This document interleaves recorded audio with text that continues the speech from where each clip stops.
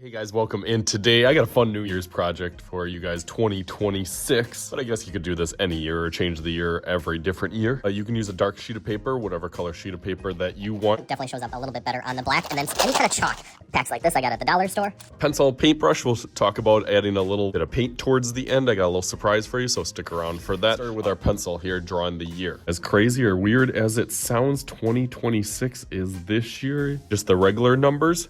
And then with like a block or a bubble letter, I just want to make sure I can fit everything in here. So 20, whatever year that you want to do. Obviously, every year you can kind of switch this up and do your own style. And 6 at the end.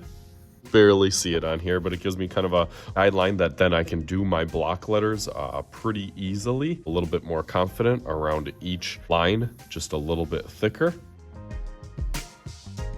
Just like that. So I'll go through the rest of them real quick.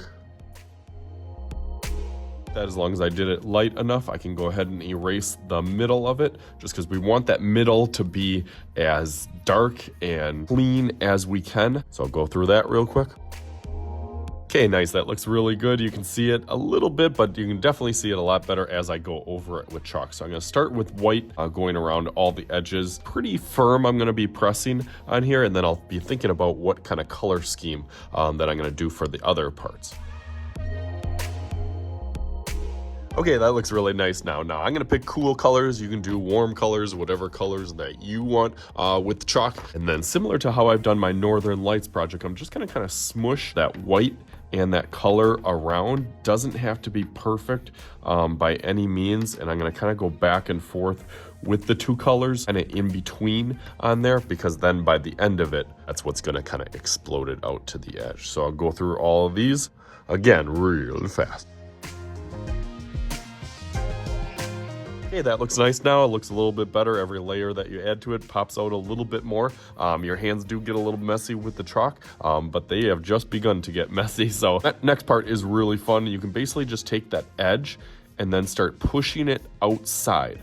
You don't want to push it inside. You want to make sure that it's going outside. Around you can kind of turn your paper as you go, but then every little part that you push, just kind of I'm dusting it away from the letters. Or numbers, I should say, all the way around, even on the bottom. And instead of going through that fast, again, I feel like we need some magic that'll happen here. So let's take it right into the 6.